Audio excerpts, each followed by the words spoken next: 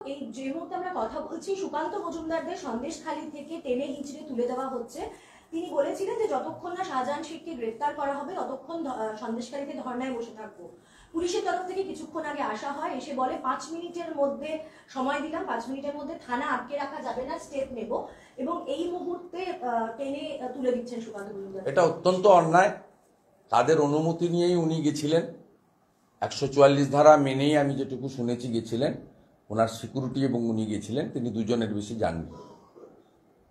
তার যে দাবি, এই দাবির উপরে ওখানে অনেক সিনিয়র পুলিশ অফিসাররা ছিল। তাদের সুকান্তবাবু শুধু একটা রাজনৈতিক দলের রাজ্য সভাপতি নন, সাংসদ।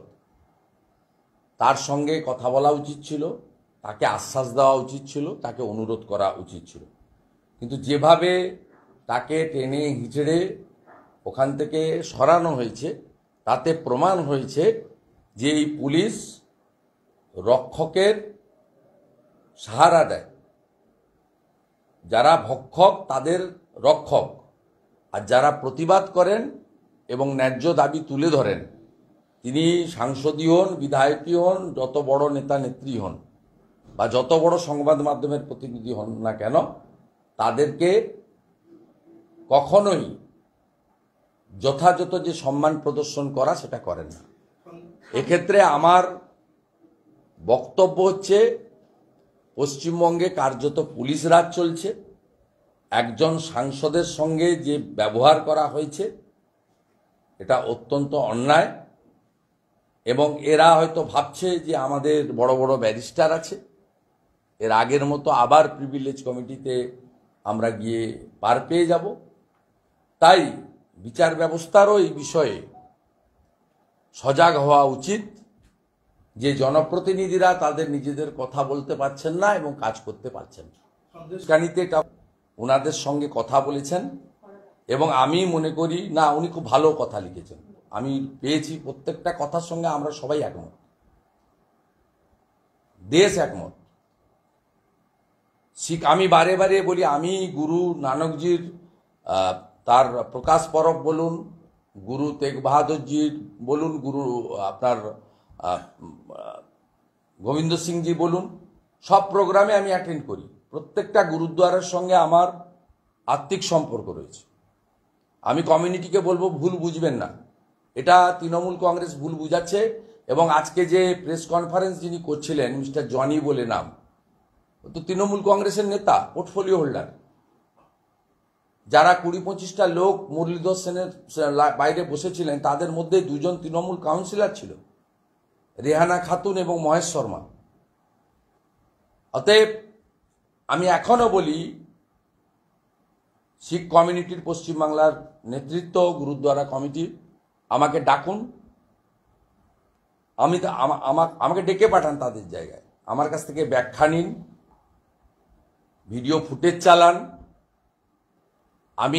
যদি আমার বা আমার সাথীদের এতটুকু কোনো ত্রুটি থাকে, শিখ সমাজ যারা মুঘল পাঠানদের রুখেছেন, যারা পরবর্তীকালে ভারতবর্ষ স্বাধীনতার ক্ষেত্রে ভগৎ সিং সহ আত্মবলিদান করেছেন, পরবর্তী সময়ে ভারত চীন যুদ্ধ থেকে বাংলাদেশকে স্বাধীন করার ক্ষেত্রে এখনও সীমান্তে অতন্দ্র প্রহরীর মতো দাঁড়িয়ে আমাদেরকে সুরক্ষা দিচ্ছেন রাষ্ট্রবাদী শিখ সমাজ। এবং আমাদের প্রধানমন্ত্রী সাহেবজাদাদের আত্মোৎসর্গ দিবস থেকে শুরু করে আফগানিস্তানের যে শিখ সমাজরা তালিবানিদের হাতে বিপদে পড়েছিল, তাদেরকে দেবী শক্তি এয়ারফোর্সের প্লেনে দিল্লিতে ফিরিয়ে আনা থেকে শুরু করে আমাদের সম্মানীয় কেন্দ্রীয় মন্ত্রী হরদীপ সিং পুরী, তিনি পবিত্র গুরু গ্রন্থ সাহিব, যেটা আফগানিস্তানের গুরুদ্বারা থেকে মাথায় করে নিয়ে দিল্লিতে তিনি পবিত্র গুরুদ্বারাতে পৌঁছে দিয়েছিলেন। আপনারা এসব দেখেছেন। আমাদের high regards to the community রয়েছে। গুরু নানকজি, গুরু গ্রন্থ সাহিবের প্রতি বিরাট রয়েছে। সেদিন আপনারা দেখেছেন যে আমাদের স্বরাষ্ট্রমন্ত্রী এবং আমাদের সভাপতি গেছেন। আমি তো নিজে প্রত্যেকটা প্রোগ্রাম অ্যাটেন্ড করি। আমার রামপুরহাটে কর্মসূচি ছিল গত 25শে নভেম্বর 2023।